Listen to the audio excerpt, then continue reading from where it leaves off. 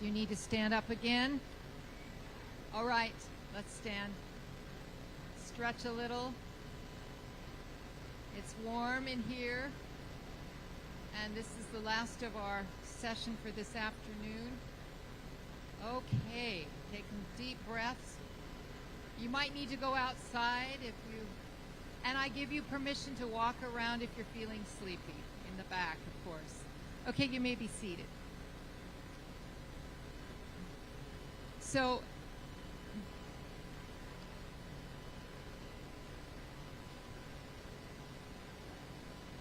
all right.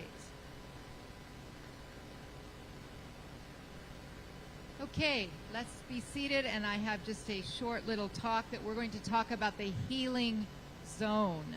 The healing zone. What is the healing zone?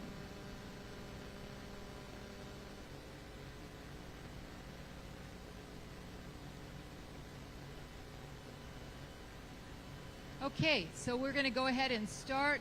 Those of you that are needing to leave or needing to talk, if you could just hold off for a few more minutes, okay?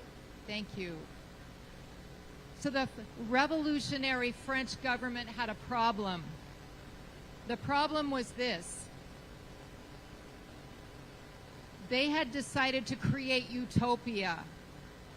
They threw out God, and they worshiped the goddess of Redan. They threw out marriage, and they had a sacrament to a covenant relationship with a prostitute. And then they did one more thing.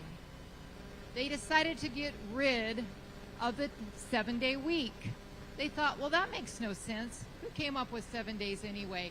Let's take 360 days and let's divide that by 12. We come up with 30, and then we'll divide that. Let's make 10-day week. Let's have a 10-day week. Okay, so what happened after the 10-day week? Well, the horses couldn't handle it. Of course, what they did is they had 9 days of work and 1 day off. The horses couldn't handle it. They were dying. They were collapsing in the street. The workers couldn't handle it. They couldn't handle the 10-day week. And eventually, 12 years after the French government tried this utopian vision, they had to go back to the 7-day week. Now, where did the 7-day week come from? It came from God. And it's very interesting now that we have discovered that we have a lot of biological clocks that work. They're not the clocks on the wall, but our bodies and our systems have rhythms in them. God has created us with rhythms. And when we go against those rhythms, we have disease. But when we talk about the healing zone, I want you to think there was a very special reason that God gave us this 7-day week. We have the 6 days to labor, and then we have that day to worship and to refresh.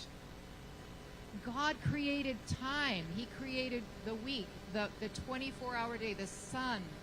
And here these rhythms have been operating. And when we go against these, we create disease and distress and stress. And I don't know if you've been noticing, every once in a while you'll see something pop up in the news. We need to get back to a Sabbath. We need to have a Sabbath. How many of you have read those kinds of things? That's becoming more and more common. Now, they're not necessarily talking about going to church on that day, but that we need to unplug, de-stress. I've read some articles that they say you just choose any day of the week and you can have a Sabbath. Just do it once a week. You choose a day. It's fine. Then others say, well, we need to have a society rest. We should all agree to unplug one day. Now, how many of you have traveled to Germany or other parts of Europe? You know that on Sunday, the whole city shuts down. You can't go to a store.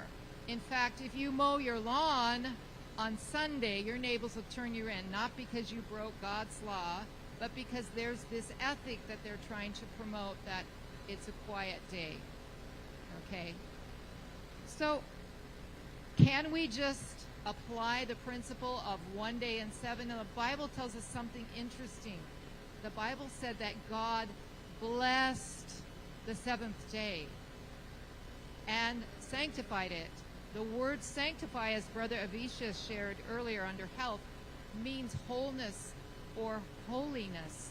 God blessed the seventh day. There was something special. There was something supernatural about the seventh day that didn't happen the other 6 days of the week. So we could choose a Sabbath any day of the week, and we could do that religiously. We're going to worship on Tuesday, or we're going to take Tuesday off, or Friday, or Sunday, or whatever. But we are not going to get the divine supernatural blessing.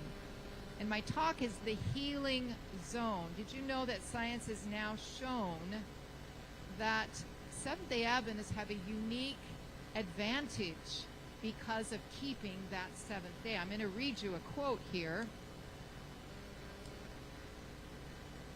It says here, research on people who observe the Bible Sabbath, not a Sabbath, but the Bible Sabbath, which comes to us from the law of God, is detailed.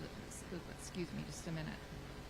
Research on people who observe the Bible Sabbath, as detailed in the Fourth Commandment, found that refraining from secular activities on this Sabbath was associated with better mental and physical health. Praise the Lord for that.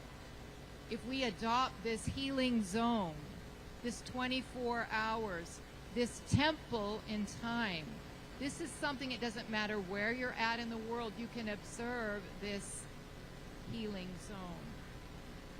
Now, we know that when Jesus came, unfortunately, there have been so many man-made commandments around us that Sabbath was not a blessing anymore. It was a burden. And I want to take you to one miracle that shows how Jesus had to reestablish the healing zone around Sabbath. If you remember, one Sabbath day, Jesus left the temple and he went on a bit of a search. He went to the pool in Bethsaida. Do you remember that? Or Bethesda, different versions. And he found an impotent man there, someone who hadn't walked for 38 years. Okay? Would you have called 911 if you'd seen someone in that condition? No, this was not an acute problem. This was not a medical emergency. But Jesus chose to go and heal that man who had been sick for 38 years on Sabbath. And just to review quickly that story, he told the man who told Jesus, I can't get to the pool, the angels trouble the water, and I can never get there because I can't move fast enough. Jesus said, arise, take up your bed and walk. Now, when you really analyze the story, what he did is he sent that man back into the temple to the leaders with his bed on his back. And that was a great sin because he was carrying something on the Sabbath. And what Jesus wanted to do was free our understanding of the Sabbath. The Sabbath was not made for all these minuscule laws. It was made for healing. It was made for wholeness. So here is the man walking through town with his bed, and he doesn't know who healed him. Jesus slipped away before. And so he's, of course, immediately attention is drawn to him because he's doing something that's not lawful in the Jewish tradition. And they ask him, who healed you? Who told you to do this? I don't know. This man came and told me that I should arise and take up my bed and walk, and I did. And I've been crippled for 38 years. This is an amazing miracle. They were not thrilled about the miracle because their pride and their authority was being challenged. And so Jesus had to show us again that the healing zone is not about pride and authority and about rules and regulations. It's about wholeness, and it's about ministering to people. And so as we are working for the good of others and we bring them the understanding of the great blessing of the Sabbath, we ourselves need to show them through our example that the healing zone is a supernatural blessing, a connection with the Creator, who also comes as our recreator, our healer, who makes us whole. And I want to end my thoughts today with one more story from Jesus' ministry. Do you remember another Sabbath healing? And by the way, if you go and look at the Sabbath healings, each one has a unique story and picture of God reclaiming the Sabbath, the healing zone. It was the woman who was doubled over. And you remember Jesus said when he came to the synagogue in Luke 4, he said, "The Spirit of the Lord is upon me, because he hath anointed me to preach liberty to the captive. He has sent me to heal the brokenhearted, the recovering of sight to the blind, and set at liberty those who are oppressed."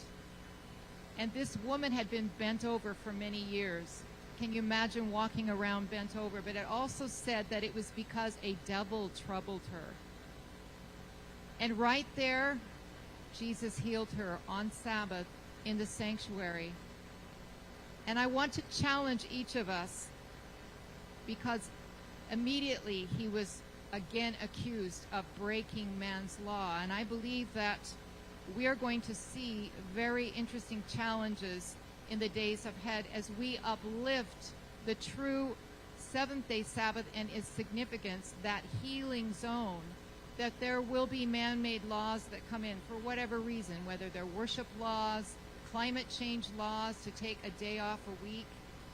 And it will not be a Sabbath of rest, spiritual rest. It will be an enforcement, and God never forces. So I want you to take these thoughts away as we consider how God brought that 7-day weekend, how we can't improve on it in any way except to accept by faith that he wants to heal us. He wants to be our creator and our recreator. Thank you. Thank you.